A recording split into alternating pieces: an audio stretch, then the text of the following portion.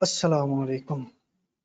चलते हैं हम अपने नेक्स्ट क्वेश्चन नंबर 8 की तरफ। और क्वेश्चन नंबर 8 जो है वो हमारा एक बहुत ही कंप्रीहेंसिव और बहुत ज़्यादा कॉन्सेप्ट रखने वाला जो एक टॉपिक ऐसा स्टैंडर्ड है IFRS 15 उसका है। और ये ऐसा स्टैंडर्ड है कि इसमें से चाहे उसने शॉर्ट क्वेश्चन पूछना, लॉन्ग पूछना, 4 नंबर का पूछना, 8 का, 20 नंबर का भी अगर चाहे तो एग्जामिनर इजीली पूछ सकता है। ये इस तरह का स्टैंडर्ड है कि इसमें बहुत सारे कॉन्सेप्ट हैं। किसी भी कॉन्सेप्ट को थोड़ा थोड़ा डिस्कस करना भी शुरू करता है तो उसके बाद 4-5 इस तरह के सिनेरियोज इजीली बन जाते हैं जो 3-3, 4-4 नंबर के लिए वो पूछ लेता है। जिस तरह के आप देख भी सकते हैं कि इसने ए पार्ट जो है वो 7 नंबर का बना हुआ है और बी पार्ट 8 नंबर का, 15 नंबर का ये जो है ना वो क्वेश्चन है। और बहुत ही अच्छा क्वेश्चन है अगर आप जो है ना रेवेन्यू के हिसाब से देखते हैं। जिस दफ़ा जैसे कि मैंने आपको पहली वीडियो में वो बताया था कि इस दफ़ा चांस हैं भी हैं कि रेवेन्यू का क्वेश्चन, कंसोलिडेशन का क्वेश्चन, IS 12 के अगर हमारे यहाँ पेपर में देखें तो एक तो अलहदा से क्वेश्चन है और एक इफ्रिक के साथ मिला के दिया गया। मे भी इस तरह का कोई वो पंगा कर भी दे तो किसी के साथ मिला के वो वाला क्वेश्चन दे भी दे तीसरा। या फिर चांस है कि रेवेन्यू का बड़ा क्वेश्चन बने या फिर लीज का। लीज भी जो है वो मैन्युफैक्चर डीलर और वो सारी आपके साथ डिस्कस की थी अलहदा से क्वेश्चन में, लीज वाले क्वेश्चन में। तो हो सकता है कि वो इस तरह से भी इस दफ़ा पूछ रहा हो। लेट्स सी क्या पूछता है। लेकिन हमारी अपनी तरफ से तैयारी पूरी होनी चाहिए, बाकी अल्लाह खैर करेगा। पढ़ते हैं क्वेश्चन नंबर 8 को हम। क्वेश्चन नंबर 8 के जो है ना पार्ट ए की तरफ पहले आते हैं। पार्ट ए में वो कहता है कि discuss how the above matter should be deal with in the HL financial statement for the year ended 31 December 2019। 2019 की जो फाइनेंशियल स्टेटमेंट है उसमें इसका क्या करेगा। और वो कह रहा है कि कोई भी कैलकुलेशन जहाँ पे पॉसिबल है वो जरूर शो करवानी है। अपने 7 नंबर का ये पार्ट है। अब इसको पढ़ते हैं क्या कहता है। कह रहा है कि एज्यूम करें कि आज जो है ये कम फेब 2020 है, मतलब ईयर एंड हमारा 19 था, 31 दिसंबर 2019 था। हम लोग आज खड़े हुए हैं ईयर एंड से एक माह बाद, ये कम फेब 2020 को। और क्या हो रहा है कि फाइनेंशियल स्टेटमेंट्स जो है वो हमारी फाइनल हो रही हैं। वो कह रहा है कि HL for the year end 31 December 2019 are under preparation. और ये फॉलोइंग मैटर हैं जो कि कंसिडरेशन में हैं, अभी इनके ऊपर वर्किंग होनी है। तो देखते हैं क्या कह रहे हैं। वो कह रहे हैं 1 सितंबर को 2019 को HL enter in a contract to develop a software for the DL for 150 million। HL ascertained that the promised development of software is a single performance obligation satisfied over time। उसने स्टार्ट में ये सोचा कि एक single performance obligation है, सिर्फ software बनाना है और हमें कितने पैसे मिलने हैं, हमारा रेवेन्यू क्या होगा 150। इसने कहा ठीक है, कह दिया। उसके बाद वो कहता है कि term of the contract include a penalty of 14 million. Penalty की अमाउंट कितनी बता दी उसने, 14 मिलियन। ठीक है। फिर वो कहता है software is not completed before Feb 2020 तक अगर ना हुआ तो हम लोग इतनी पेनल्टी पे कर रहे होंगे, कितनी, 14 million. Okay. At the Inception of the contract HL determine that expected cost of completing the contract is, ये हमारी अब आ गई कॉस्ट आ गई 90 मिलियन। ओके। जो कि हम एक्सपेक्ट करें लगे कि प्लस माइनस हो सकता है, ज़रूरी नहीं हमेशा एस्टिमेशन के ऊपर ही काम हो। मोस्ट ऑफ द टाइम जो है एस्टिमेट से ज़्यादा लग जाते हैं। तो ठीक है, हमारे पास रफली है, बाद में एडजस्टमेंट हम लोग कर रहे होते हैं। ये हमारे पास आ गई कॉस्ट। और वो कह रहा है कि software development would be completed before 29 Feb 2020। Expect कर रहा है कि 29 फेब तक जो है वो हम लोग कंप्लीट कर लेंगे। उसके बाद क्या होगा, उसके बाद वो कह रहा है कि 31 दिसंबर 2019 को, जिस टाइम पे हमारा ईयर एंड पे हम जब खड़े हुए थे, HL ने उस टाइम जो है वो इतनी कॉस्ट लगा दी हुई थी, इतनी कॉस्ट इनकर HL कर चुका था। तो टोटल कॉस्ट जो उसने कहा था, उसने कहा था कि 90 की टोटल कॉस्ट आएगी, जिसमें से जो है वो 67.5 लगा चुका है, ऐसे ही है। और इसको हम मल्टीप्लाई कर देंगे अगर 100 से, तो हमारे पास आ जाएगा कि 75% जो है वो हम कॉस्ट इनकर कर चुके हैं। ठीक है। और वो कह रहा है कि एज ओरिजिनल कॉन्ट्रैक्ट वाज, जो ये कॉन्ट्रैक्ट हमारा हुआ था 75% हम कंप्लीट कर चुके हैं। ओके, इतनी कॉस्ट हमारी लग गई हुई है। HL recognise the revenue and the profit. Revenue उसने ये रिकॉर्ड कर लिया, प्रॉफिट उसने ये रिकॉर्ड कर लिया, किस बेस पे, कि उसने क्या किया कि 150 की जो अमाउंट थी उसका भी उसने 75% ले लिया, जो कि आ गया 112.5 है। उसने कहा जी ओरिजिनल कॉन्ट्रैक्ट के मुताबिक हम इतने रेवेन्यू कमा चुके हैं, ठीक है, और इसमें से आप लेस करेंगे 67.5 तो हमारे पास 45 का प्रॉफिट भी आ जाएगा, ठीक है। उसने अपने फाइनेंशियल स्टेटमेंट में भी, वो ड्राफ्ट फाइनेंशियल स्टेटमेंट में ये बात कर रहा है। उसके बाद वो क्या कहता है, कहता है however H&N has amended the contract on ये ईयर एंड के ऊपर इन्होंने कॉन्ट्रैक्ट को अमेंड किया है। As a result the consideration and the expected cost increase, consideration जो है वो इंक्रीज हो गई है, पहले थी 150 अब प्लस हो गई है 70, तो ये हमारी कंसिडरेशन जो है वो 220 हो गई है, जबकि कॉस्ट जो थी हमारी वो पहले थी 90, इसमें भी 40 का प्लस आया तो ये हमारे पास हो गई 130 जो है वो कॉस्ट आ गई है। अब हमारी जो एक्सपेक्टेड कॉस्ट है वो इतनी हो जाएगी, और टाइम उसने हमें अलाउ किया है कंप्लीशन का विदाउट पेनल्टी 1 मंथ ज्यादा, ठीक है। मतलब अगर तो हम लोग 31 मार्च तक कंप्लीट कर लेते हैं हमें कोई पेनल्टी नहीं देनी पड़ेगी, लेकिन एचएल जो है अभी एक्सपेक्ट कर रहा है कि development of software would not be completed on 31 मार्च 2022 के 31 मार्च तक हम लोग नहीं कर सकेंगे, तो इसके अंदर हम क्या कर देंगे, पेनल्टी का 14 भी ऐड करके 144 हम अपनी कॉस्ट ले रहे होंगे, या फिर ये आप कह लें कि यहाँ पे नहीं ऐड करेंगे, हम अपने रेवेन्यू में से लेस करके तो 14 से हमारा रेवेन्यू कम हो जाएगा, ठीक हो गया। क्योंकि अब हमें पता है कि हम लोग उस टाइम पे नहीं कर सकते, तो हम अपना रेवेन्यू ही उतना कम हम रिकॉर्ड कर रहे होंगे, क्यों हम इतना ज़्यादा रिकॉर्ड करें। और एडिशनल वर्क जो है वो कहता है कि डिस्टिंक्ट नहीं है। अब यहाँ पे हमारे पास एक चीज़ आ जाती है, मॉडिफिकेशन ऑफ कॉन्ट्रैक्ट, ठीक है ना। मॉडिफिकेशन ऑफ कॉन्ट्रैक्ट में हम देख रहे होंगे पहली चीज़ ये कि डिस्टिंक्ट है कि नहीं है, और दूसरी चीज़ हम देख रहे होते हैं मार्केट प्राइस क्या है, ठीक है। तो इसमें वो कहता है कि डिस्टिंक्ट सर्विसेज नहीं है from original contract and the consideration of for amendment does not reflect stand alone price, ये भी नहीं है और ये भी नहीं है, डिस्टिंक्ट भी नहीं है, मार्केट प्राइस भी नहीं है, no adjustment has been made in the financial statement in the contract. तो ये हमारे पास एक होगा इसमें, क्योंकि ये डिस्टिंक्ट सर्विसेज भी हम नहीं दे रहे, मार्केट स्टैंड अलोन प्राइस भी कोई नहीं है, जो हमारी अमेंडमेंट आई है तो हम लोग अपने जो एग्जिस्टिंग कॉन्ट्रैक्ट है उसी को हम मॉडिफाई कर रहे होंगे और उसी के अंदर हम मजीद एडजस्टमेंट कर रहे होंगे, ठीक है। तो ये हमारा जो है ना कॉन्ट्रैक्ट मॉडिफाई होगा, लेकिन न्यू कॉन्ट्रैक्ट यहाँ से नहीं स्टार्ट होगा, पुराने वाले में ही अमेंडमेंट की जाएगी, उसके अकॉर्डिंग हम चल रहे होंगे। अब सोल्यूशन इसका देखते हैं कि उसने क्या कहा है और क्या किया है।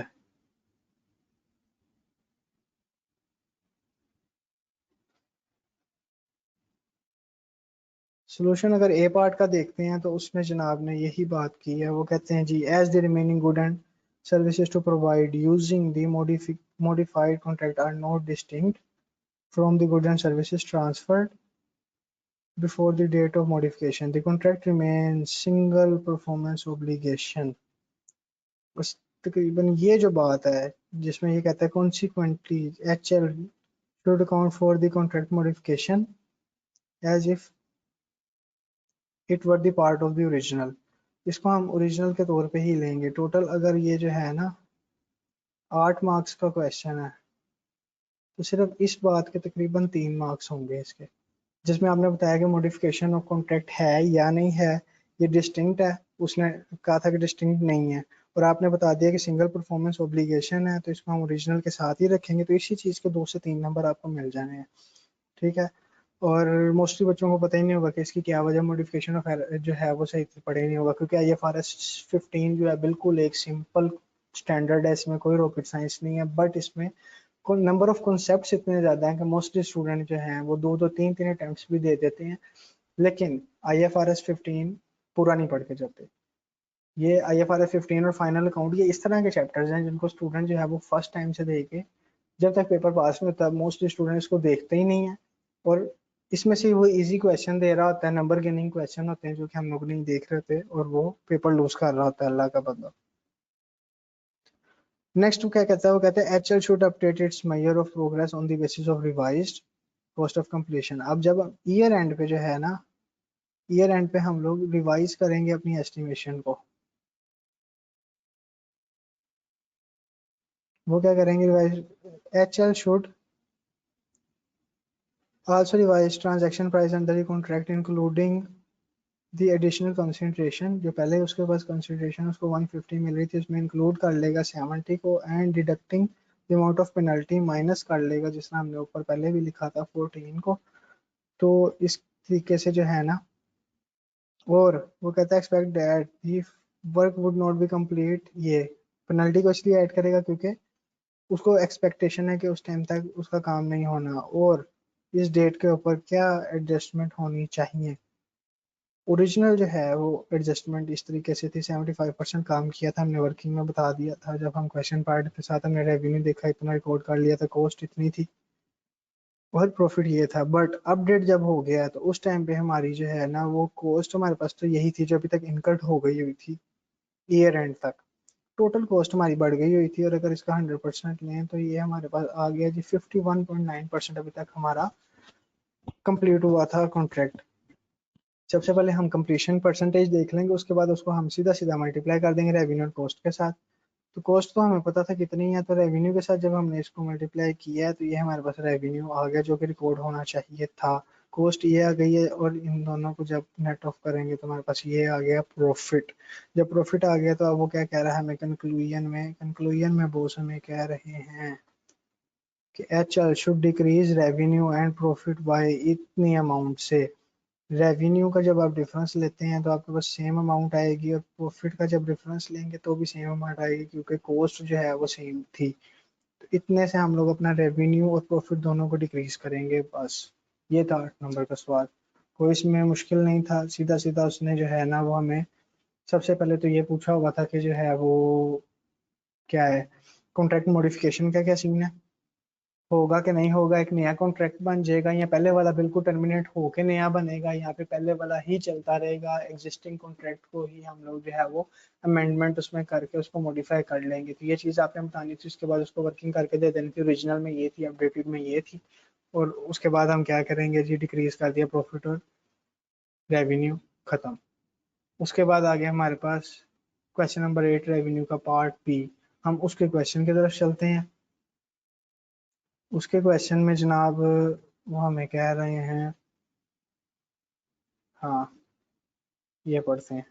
अब इसकी रिक्वायरमेंट अगर हम सबसे पहले पढ़ें, रिक्वायरमेंट में कहता है discuss the recognition and amount of revenue under each of the about independent option.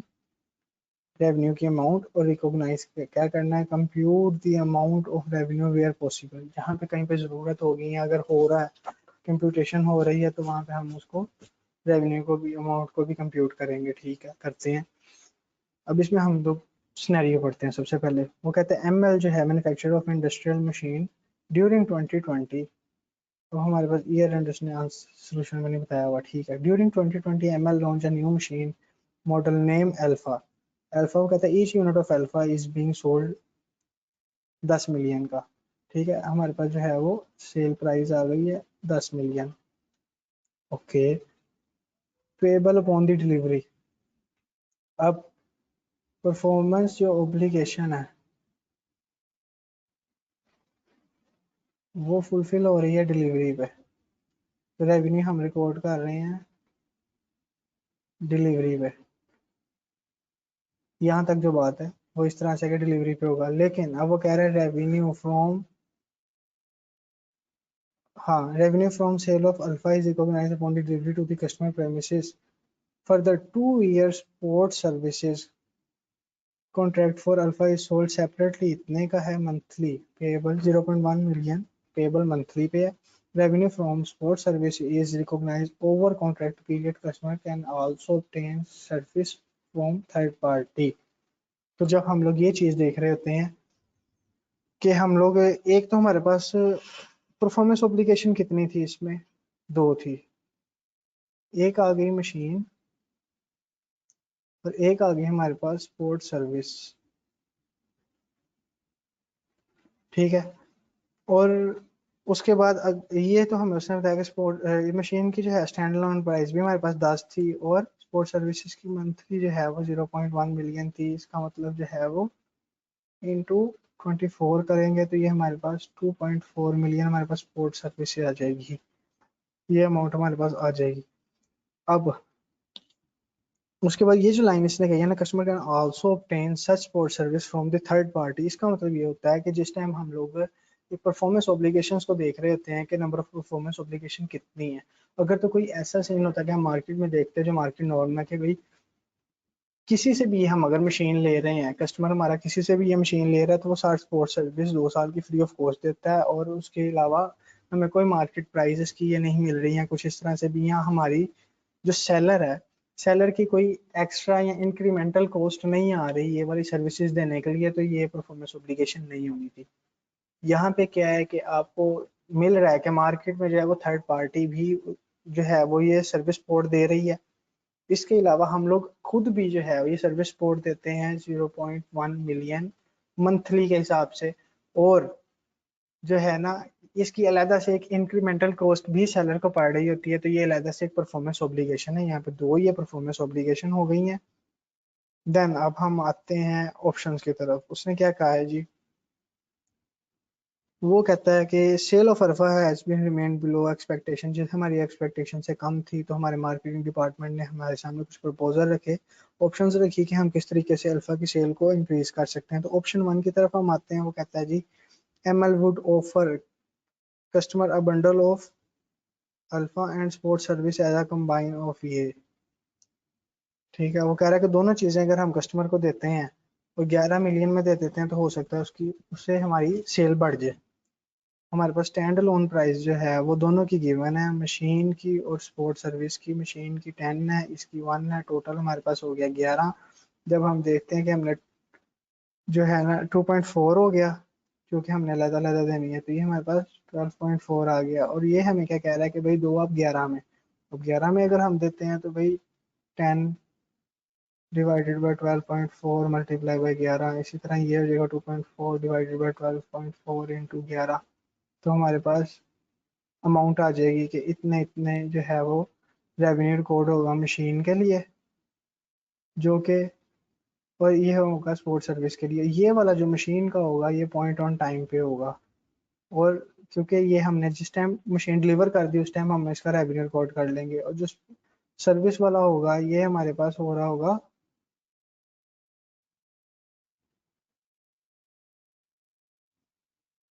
Over the time.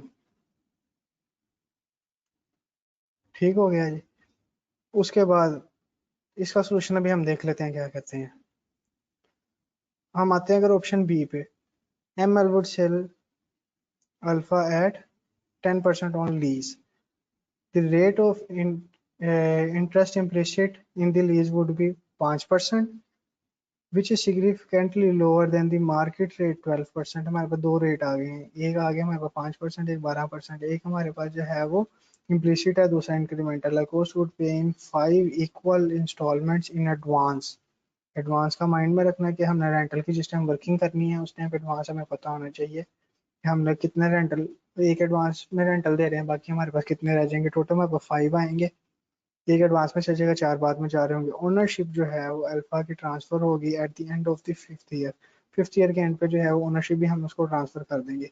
अब ये हमारे पास एक आ गया डीलर मैन्युफैक्चरर वाला केस, ठीक है। अभी जिस तरह से हमने लीज में भी ये चीज़ हमने डिस्कस की, इधर भी लीज को उसने मिक्स करके दे दिया IFRS 15 के साथ, तो ये भी डीलर मैन्युफैक्चरर का केस है।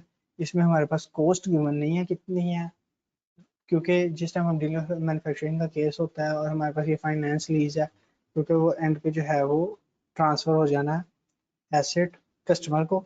और इसके अलावा हमारे पास आ गया जी, इसमें हमारे पास वर्किंग आती होती है सीधी सीधी, lease receivable debit, cost of sale debit, revenue credit, साथ में इन्वेंट्री क्रेडिट। इन्वेंट्री क्रेडिट हो रही होती है कॉस्ट के साथ, और कॉस्ट ऑफ सेल जो हमारे पास होती है वो डेबिट हो रही होती है cost less present value of URV के साथ। यूआरवी यहाँ पे कहीं पे गिवन नहीं है, कॉस्ट भी गिवन नहीं है, कॉस्ट ऑफ सेल नहीं हमारे पास आ रही होगी, कॉस्ट नहीं गिवन तो हमारे पास इन्वेंट्री भी नहीं आ रही होगी, हमारे पास एक एंट्री हो रही होगी lease receivable debit revenue credit वाली। लीज रिसीवेबल जो है वो डेबिट हो रहा होता है नेट इन्वेस्टमेंट के साथ, और हमारे पास जो है वो रेवेन्यू क्रेडिट हो रहा होता है लोअर ऑफ फेयर वैल्यू या फिर present value of lease payments. तो इसकी वर्किंग हम देखते हैं। अब लीज पेमेंट की अगर हमें वर्किंग चाहिए तो हमारे पास कम से कम रेंटल होना चाहिए। इन्वेस्टमेंट की वर्किंग चाहिए, हमारे पास रेंटल होना चाहिए। रेंटल यहाँ पे मौजूद नहीं है। ये बता दिया 5 साल का टाइम है, एक रेंटल एडवांस में देना है, परसेंटेज हमारे पास एक इंक्रीमेंटल है और एक हमारे पास इम्प्लिसिट है। और मैंने आपको, अगर आपको याद हो, आपने वो वीडियो देखी हो लीज वाला जो हमारे इसी मॉक का क्वेश्चन था, उसके एंड पे वीडियो के बताया था कि अगर हमारे पास रेंटल कहीं पे गिवन नहीं है तो रेंटल की वर्किंग के लिए हम लोग, अगर दो रेट हमारे पास अवेलेबल हों तो हम लोग इम्प्लिसिट वाला हमेशा यूज कर रहे होते हैं रेंटल फाइंड आउट करने के लिए। और उसके बाद कौन सा भाई यूज करते हैं, अब कहाँ पे करते हैं, वो हम सोल्यूशन में देखते हैं। अभी ऑप्शन 1 और ऑप्शन 2 दोनों का हम सोल्यूशन देखते हैं।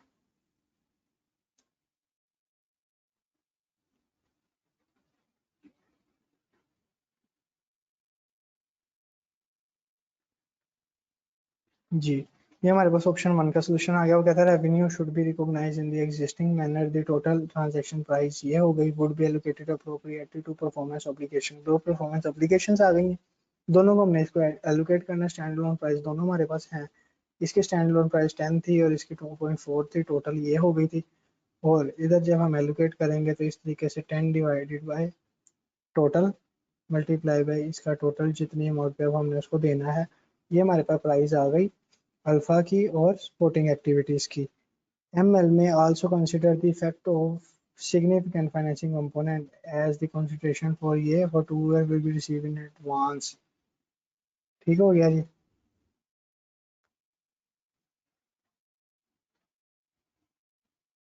उसके बाद आ जाते हैं ऑप्शन 2 पे। ऑप्शन 2 पे वो कहता है कि जी sale under this option would be accounted for under IFRS 16, lease में आ जाएगी। ML would recognize revenue from the sale of the alpha on the commencement date, the date on which ML would make alpha available for us by customer। जब customer को हम available to use करेंगे तो उस time पे हम लोग अपनी रेवेन्यू रिकॉर्ड कर लेंगे, क्योंकि ये लीज पे है। अगर तो मतलब हम जब सेल कर रहे होते हैं, जिस टाइम हम उसको डिलीवर करते हैं उस टाइम करते हैं, और जिस टाइम हम लीज पे दे रहे हैं एसेट को, तो जिस टाइम हम उसको अवेलेबल टू यूज करेंगे उस टाइम वो हम लोग अपना रेवेन्यू रिकॉर्ड कर लेंगे। एज ML is charging artificial low rate, हम लो रेट अगर ML कर रहा है चार्ज, तो वो कहता है amount of revenue would be determine as the present value of lease payment to lessor. ठीक है, और account for market rate as follow. अब रेंटल की जिस टाइम हमने वर्किंग करनी है, मैंने आपको बताया कि हमारे पास यहाँ पे अगर सूद के दो रेट दिए हुए हैं, एक इम्प्लिसिट रेट है और एक हमारे पास इंक्रीमेंटल रेट है, तो हम लोग इम्प्लिसिट रेट यूज करते होते हैं जो कि 5% था। ठीक है, ये हमारे पास आ गई जी fair value is equal to rental जो एडवांस में था प्लस रेंटल 1 - 1 प्लस आर की आर जो हमारे पास था 0.05 की पावर 4 साल बाद से हमने प्रेजेंट वैल्यू पे आना था, 4 इंस्टॉलमेंट्स थी डिवाइडेड बाई 0.05। और यहाँ पे हमारे पास जो है वो रेंटल की अमाउंट आ रही है 2.2 मिलियन, ये हमारे पास रेंटल निकल आया। और उसके बाद अगर हम लोग वर्किंग करते हैं रेवेन्यू के लिए या नेट इन्वेस्टमेंट के लिए, तो रेवेन्यू की जब हम वर्किंग करेंगे तो ये हमारे पास रेंटल आ गया। टोटल हम लोगों ने प्रेजेंट वैल्यू और लीज पेमेंट हमारे पास आ गई है ये 8.8। यहाँ पे जो है ना प्लस होती है प्रेजेंट वैल्यू ऑफ URV, जो कि हमारे पास अवेलेबल नहीं है, तो यही हमारे पास नेट इन्वेस्टमेंट भी है। और जब हम लोग देखेंगे फेयर वैल्यू जो कि 10 थी और LP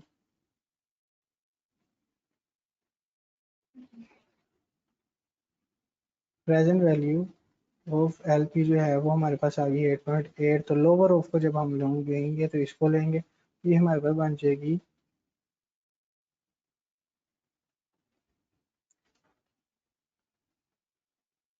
लीज रिसीवेबल जो है 8.8 से हो जाएगा, जो क्या होता होता है नेट इन्वेस्टमेंट से डेबिट। रेवेन्यू जो है वो होता है लोअर ऑफ से, जिसकी वर्किंग हम लोग ये कर चुके हैं, तो ये क्रेडिट होगा 8.8 से। तो इसने हमें क्या कहा हुआ जी, इसने हमें कहा हुआ है हाँ द रिमेनिंग अमाउंट ऑफ ये टोटल अमाउंट जो ये थी टोटल अमाउंट जो हम लोगों ने पे करनी थी उसको, उसमें से 8.8 जो है वो इस टाइम पे हमने प्रेजेंट वैल्यू चूंकि ले लिया, बाकी की जो अमाउंट है 2.12 वो रिकॉग्नाइज होगी as interest income over the period of 5 years, 4 years. पहले जो है वो एडवांस में चला गया रेंटल, बाकी 4 ईयर्स में पे होगी सूद की सूरत में हम दे रहे होंगे, ले रहे होंगे। अल्लाह पाक सूद से महफूज रखे। अब हम आते हैं अपने ऑप्शन नंबर 3 पे। ऑप्शन नंबर 3 में वो कह रहा है हमें, मार्केटिंग वाले कह रहे हैं कि भाई upon the price of 1 unit of Alpha customer would provide with the an option to purchase another unit of Alpha, कि अगर वो एक ले रहा है यूनिट तो उसको आप ऑफर देते हैं कि एक जमा एक ले ले, दूसरे वाले पे हम जो तुझे है ना 40% का ऑफ दे देंगे। नहीं, 40% का ऑफ नहीं दे देंगे, उसने कहा 25% का ऑफ दे देंगे। दूसरे वाले में 25% का हम ऑफ दे देंगे तुझे। और जो है ना, अगर तो 12 महीने के अंदर अंदर परचेजिंग करता है, और एस्टिमेट हम कर रहे हैं कि 40% कस्टमर इस अपॉर्चुनिटी को वेल करेंगे। अब इसमें हमारे पास जो है वो कॉस्ट आ रही थी, कॉस्ट भी नहीं, हमारे पास जो था सेलिंग प्राइस थी वो थी 10 एक अल्फा की। जब हम एक और दे रहे हैं तो हम उसको 25% का ऑफ दे रहे हैं, ठीक है ना। 10 का था दूसरे वाला, जिसमें से हम उसको पहली बात तो 25% का ऑफ देंगे, और उसमें से भी वो कह रहा है कि 40% चांस आएंगे, 40% कस्टमर्स लेंगे, ये आ जाता है 1। ये जो 1 का हम लोग जो डिस्काउंट दे रहे हैं ना, तो अगर आपको याद हो तो हमने रेवेन्यू में पढ़ा था कि हम लोग अगर जो है ना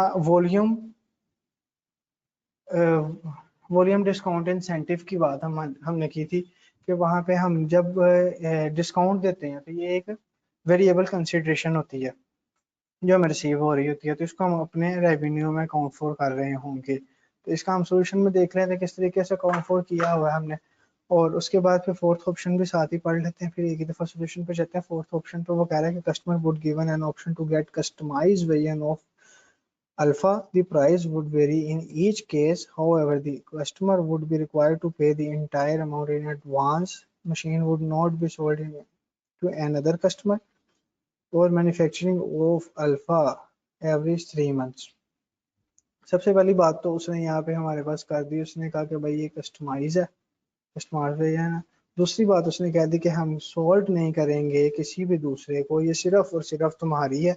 तीसरी बात उसने हमें कह दिया आप एडवांस में हमें देंगे, और कम से कम टाइम लग जाएगा हमें 3 माह। पहली बात कस्टमाइज है, दूसरी बात कि हम किसी को सेल नहीं करेंगे, तुम्हारी है, तीसरी बात एडवांस पेमेंट चाहिए, और चौथी बात हमारे पास आ गई कि 3 माह का टाइम लगेगा तुम्हें डिलीवर करने में। इसमें जो है वो हम रेवेन्यू कैसे, कितना और कब करेंगे अकाउंट फॉर, तो इसमें एक चीज आ जाएगी कि हम लोग इसको करेंगे over the time. Total revenue को हम लोग डिवाइड करके 3 माह में तो हम अपना रेवेन्यू रिकॉर्ड कर रहे होंगे। अब यहाँ पे होगा क्या, उसकी वजह क्या है, उसकी वजह यह है कि जिस टाइम हम लोगों ने ओवर द टाइम वाले क्राइटेरिया था कि कितने हम रेवेन्यू ओवर द टाइम किस टाइम कर रहे होंगे, अपना अकाउंट फॉर कर रहे होंगे, तो उस टाइम पे हम लोगों ने उसके क्राइटेरिया जब पढ़े थे, उसमें एक क्राइटेरिया ये था कि अगर आपको स्पेशलाइज्ड किस्म का टेलर्ड किसी को कोई इक्विपमेंट बना के दे रहे हैं, कोई भी चीज़ प्रोवाइड कर रहे हैं, तो आप, और आप इसके अलावा वो किसी दूसरे को नहीं दे रहे, आपके पास कोई अल्टरनेट नहीं है कि अगर आप उसको नहीं देंगे तो आप जो है वो मार्केट में सेल करके वहां से रेवेन्यू कमा लेंगे। अगर तो हमारे ये भी ऑप्शन होना कि मार्केट में सेल करके वहां से रेवेन्यू कमा लें, तो फिर भी हमारे लिए आसान है कि ठीक है, अगर ये कस्टमर हमारे पास एंड पे नहीं भी लेता, हम सेम प्रोडक्ट उठाएंगे मार्केट में बेचेंगे, उस टाइम पॉइंट इन टाइम में जो है वो अपने रेवेन्यू रिकॉर्ड कर रहे होंगे। बट यहाँ पे कुछ इस तरीके से है कि उसने कहा कि हम तुम्हारी ये वाली मशीन किसी को भी नहीं देंगे, तुम्हारे यूज किया, तुम्हारे कहने पे बनाई है, तुम्हें ही देंगे, एडवांस में पेमेंट करोगे तुम, और हम 3 माह बाद तुम्हें एक चीज प्रोवाइड करेंगे। तो हम इसको 3 माह जो है वो साथ साथ जिस तरह हमारी वर्किंग होती जाएगी, हमारे पास तीन बेसिस होती है ना रेवेन्यू रिकॉग्नाइज करने के लिए, हम टाइमली बेसिस पे कर लें, इनपुट बेसिस पे करें, आउटपुट बेसिस पे करें। तो हम उस हिसाब से इसकी वर्किंग कर रहे होंगे। टाइमली बेसिस पे कि अगर 3 माह में हमारा कंप्लीट हो जाना एक बार, हम डिवाइड बाय 3 करके 10 मिलियन की अगर हम उसको दे रहे हैं तो डिवाइडेड बाय 3 करके भी हम अपना रेवेन्यू रिकॉर्ड कर सकते हैं। या फिर हम जितना इनपुट हमने किया है कि इतने परसेंट तकरीबन हमारी वर्किंग हो गई है, हमारा मटेरियल लग गया, लेबर लग गया, ओवरहेड लग गए, हम उस हिसाब से वर्किंग कर रहे होंगे। और थर्ड पे हमारे पास ऑप्शन आ जाती है आउटपुट की, कि हम लोग जो है वो अगर तो कोई जो है ना वाइड से वैल्यूअर बुला के उससे हम लोग इसका आउटपुट सर्वे करवा लें और उस हिसाब से हम अपना रेवेन्यू रिकॉर्ड कर रहे होंगे। ये चीज़ आ जाएगी। अब इसको सोल्यूशन में देख लेते हैं कि किस तरीके से जो है वो रेवेन्यू रिकॉर्ड हमने किया हुआ है।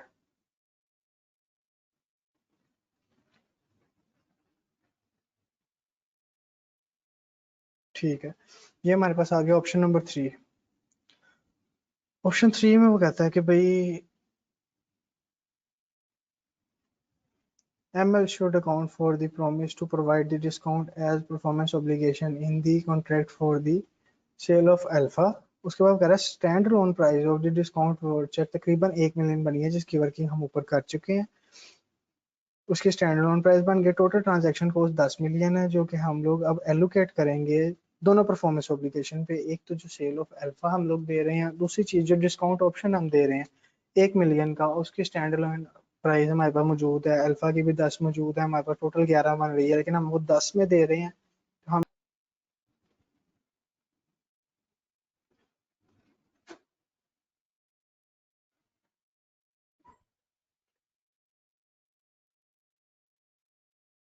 10 इस तरह करके हमारे पास 0.09 मिलियन की ये आ जाएगी, और बाकी जो हमारे पास डिस्काउंट ऑप्शन है वो भी हमारे पास ये आ जाएगी। अब हम लोग क्या कर रहे हैं, अगर revenue for the sale of Alpha would भी ये upon the sale of 1 unit. अब ये वाला जो हमारा है ना अल्फा वाली जो सेल है, इसको हम लोग सेम उसी टाइम पे जैसे हम लोग एक पहला वाला अल्फा जो है हम लोग डिलीवर करेंगे या उसको देंगे, तो उस टाइम पे हमारी ये सेल जो है रेवेन्यू रिकॉग्नाइज हो जाएगा। बाकी का जो 0.91 मिलियन है जो हमने डिस्काउंट वाला, वो हमने खुद ही कहा कि हम 12 महीने के लिए दे रहे होंगे, तो उसको हम 12 महीने पे के टाइम पे जो है वो हम उसको ओवर द टाइम हम उसका रेवेन्यू बना रहे होंगे। लेकिन अगर तो पहले ही 40%, अब उसने हमें नीचे एक चीज बता दी ना, कहता है रिमेनिंग रिसीट जो है वो 0.91 would be transfer to revenue upon exercising the discount option means purchase of another unit और एक्सपायरी ऑफ 12 मंथ। अगर हमसे कोई दूसरा बंदा मतलब जो कस्टमर है वो दूसरा यूनिट परचेज कर लेता है और डिस्काउंट अवेल कर लेता है, तो उस टाइम पे हम उसका रेवेन्यू बना लेंगे। या फिर अगर तो 12 मंथ गुजर जाते हैं, अब वो डिस्काउंट अवेल नहीं कर सकता, उस टाइम पे हम अपना रेवेन्यू बना लेंगे। ठीक है जी, ये था हमारे पास ऑप्शन 3। और ऑप्शन 4 में अगर हम देखते हैं तो in this case revenue from the alpha would recognise over the time. Over the time की हमारी बात हुई थी, क्यों हुई थी, ML performance does not create an asset with alternate use. हम इसको कहीं अल्टरनेट यूज नहीं कर सकते, स्पेशलाइज्ड नेचर की मशीन है, मार्केट में भी हम सेल नहीं कर रहे। हमारी उसकी बात हुई है कि हम सिर्फ तुझे देंगे, मार्केट में हम इसको सेल नहीं कर रहे। तो वो कहता है कि are customise and can not be sold to other customer, दूसरे कस्टमर को हम नहीं दे सकते। And ML has enforceable right to payment, कि भाई हमने तो एक कॉस्ट लगा दी, तूने स्पेशलाइज्ड नेचर की चीज बनवाई है, तुझे मशीन बना दी है, एक कॉस्ट हमारी आ गई, परफॉर्मेंस ऑब्लिगेशन हमारी जो थी वो कंप्लीट हम कर चुके हैं। तो भाई हमें हमारी अमाउंट जो है वो हमारे रिसीवेबल बनता था, अगर हमने एडवांस में ले लिया हमारा रेवेन्यू वो बनता जाएगा, जब हमने अपने से काम कर लिया तो खत्म।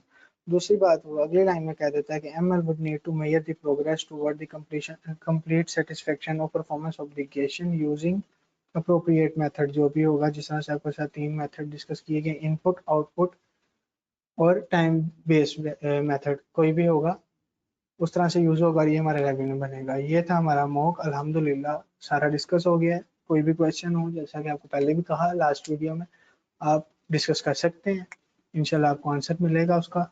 और जब तक पेपर नहीं होते तब तक हमारी जो है वो टीचर असिस्टेंट की टीम पूरी सब जो आदमी मूड साहब की आपके पास अवेलेबल है। आप व्हाट्सएप पे एक्टिव हैं, किसी भी टाइम आप उनसे कोई भी क्वेश्चन पूछें, इंशाल्लाह आपको आंसर मिलेगा। सर की खुद भी हो सकता है एक मॉक डिस्कशन क्लास छोटी सी हो, जिसमें अगर आपको कोई क्वेश्चन हो आप पूछ लें। और बेस्ट ऑफ लक आपके पेपर के लिए। टाइम शॉर्ट है, लास्ट वीक है, लेकिन घबराना बिल्कुल भी नहीं है। अपना पूरा बेस्ट देना है। जब तक पेपर आपके हाथ में है, आप उसके साथ कुछ भी कर सकते हैं, आप उसके ऊपर अपनी पूरी एफर्ट पुट कर सकते हैं। उसके बाद जब आपके हाथ से पेपर चले जाता है, खैर उसके बाद इंसान दुआ ही कर सकता है, लेकिन तब तक बिल्कुल भी डिमोटिवेट नहीं होना। चीज़ों को स्मार्टली लेके चलना है। हार्ड वर्किंग का टाइम चला गया, अब स्मार्ट वर्क का टाइम है। लास्ट आपका ये जो है वो वीक चल रहा है। ये 5 से 6 दिन को अगर आप अच्छा बना लेते हैं, तो अगले 5-6 माह बच सकते हैं। काफी सारे स्टूडेंट्स की ऐसी क्वालिफाइंग अटेम्प्ट होगी, बस वो पास आउट करें इस दफा। अल्लाह खैर करे, फम में जाएं फुल मोटिवेशन के साथ। इंशाल्लाह जो कुछ आपको आता है ओके, फील आती है कि यार मुझे ये चीजें अभी उस तरह से रिवाइज नहीं है, या शायद रिवाइज करता हूँ भूल जाती हैं, ये सारा कुछ कोई मसला नहीं।